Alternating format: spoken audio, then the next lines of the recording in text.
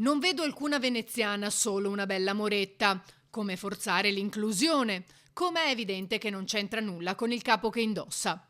Questi sono solo alcuni dei commenti razzisti apparsi sui social e nel sito del comune di Venezia all'indomani dell'incoronazione di Martin Diò Bullo, 18enne mestrina, a Maria del Carnevale 2026, per il colore della sua pelle, che non avrebbe nulla di veneziano, dicono, al contrario invece di quello che sostiene la giuria. Martin Bullo, del cognome, cioè Bullo, già questo basterebbe, veneziana di generazioni. La nonna che ha fatto i salti mortali quando ha saputo che è stata eletta Maria dell'anno, perché l'orgoglio veneziano di un territorio che ha 1600 anni di storia, ce l'abbiamo dentro tutti, no? E Martin comunque risponde perfettamente a quelli che erano i requisiti per poter partecipare a questo concorso, cioè l'elezione della Maria dell'anno, che poi non è un concorso di bellezza, attenzione bene, no?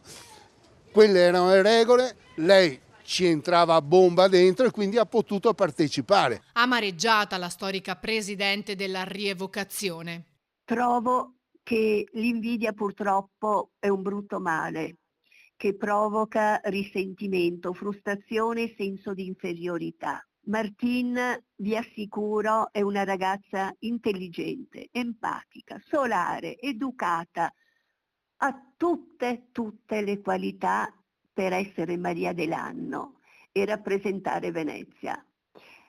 Martin, io la sento sempre, preferisce non rispondere alla cattiveria con cattiveria, ma vuole educare chi è cattivo e proteggere le persone fragili che non sono forti come lei. Forse questi leoni da tastiera che parlano di venezianità non conoscono così bene la tradizione, così come non sanno che nel 2006 fu eletta un'altra Maria con la pelle scura, Anna Tonello. Le foto una volta erano i dipinti che venivano fatti, no? E a fine del 1400 noi abbiamo una bellissima immagine col punto di rialto che era ancora in legno, no?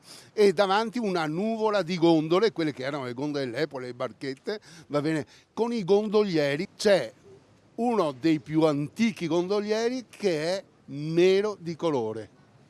Di cosa stiamo parlando? Dai! Solidarietà a Martin dal governatore veneto Stefani. Parole vergognose, ha detto. A te il sostegno di tutti i veneti, mentre il comune si prepara ad incontrarla. Siamo accanto a lei esprimendo le solidarietà e in particolare lunedì io e l'assessore Venturini la incontreremo a Cafarsetti, innanzitutto per congratularci per la sua elezione, ma anche per dimostrare il nostro affetto e la nostra vicinanza.